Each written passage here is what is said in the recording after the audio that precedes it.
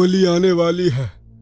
सभी औरतों को बोल दो जरा सावधान रहें, और जितनी भी नई नवेली बहुएं हैं उन सबको उनके मायके भेज दो। अगर एक भी नई नवेली दुल्हन होली के समय यहाँ पर रही तो अनर्थ हो जाएगा। होली का त्योहार जैसे जैसे पास आ रहा था, गांव में दहशत का माहौल बढ़ता जा रहा था। नंदिनी के लिए भी एक रिश्ता आ रहा है दूसरे गांव से। अजी जो भी रिश्ता देखा है ना वो सब होली के बाद। अभी कुछ नहीं करना हमें। अभी तो शादी का नाम लेना भी ना मौत को अपने घर पर दावत देना है। बिल्कुल सही कह रही है ममता। अगले हफ्ते होली है और मैं तो इसी हफ्ते अपनी बहू को भेज रही हूँ उसके मायके। होली बीत जाने के भी एक हफ्ते बाद बुलाऊंगी उसे। एक एक करके गांव की सारी नई नवेली दुल्हन अपने अपने मायके जा रही थी। पूरे गांव में होली के नाम पर डर का माहौल फैलता जा रहा था, जैसे होली नई सुहागनों के लिए किसी अनहोनी का संकेत लेकर आने वाला हो। इसी बीच एक शाम नंदिनी को सुप्रिया का फोन आया।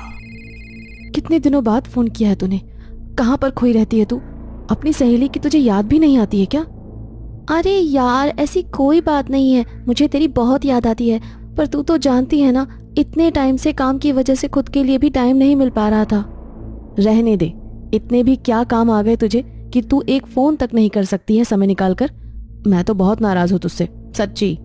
अरे बाबा आप गुस्सा मत हो मुझसे, तेरे लिए एक बहुत अच्छा गिफ्ट है। कुछ दिन में वो तेरे पास आ जाएगा और मुझे पूरा यकीन है कि उस गिफ्ट को देखकर तू अपनी सारी नाराजगी भूल जाएगी। रहने दे बस, कुछ नहीं चाहिए मुझे।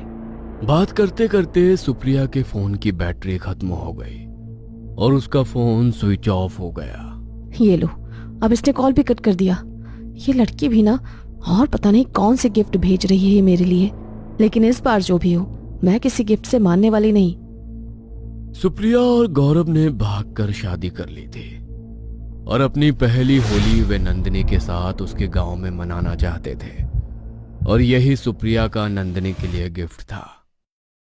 माँ, इस बार यहाँ पर ये मेरी आखिरी होली होगी। उसके बाद तो शादी के कम से कम 5-6 साल तक मैं होली पर यहाँ नहीं आ पाऊंगी। पता नहीं किसका मनहूस साया है वो। कितनी दुल्हनों को उसकी वजह से अपनी जान गंवानी पड़ी। ऐसा बस किसी और के साथ ना हो। तू अब इन चीज़ों के बारे में ज़्यादा बात मत कर। उसका तो नाम लेना भी मनहूसियत को दावत देना है। खाना बन गया है, खा ले। न जाने वो ऐसा कौन सा खतरा था जिससे सब बुरी तरह से डरे हुए थे। अब होली आने में सिर्फ एक दिन बाकी था। सभी गांव वाले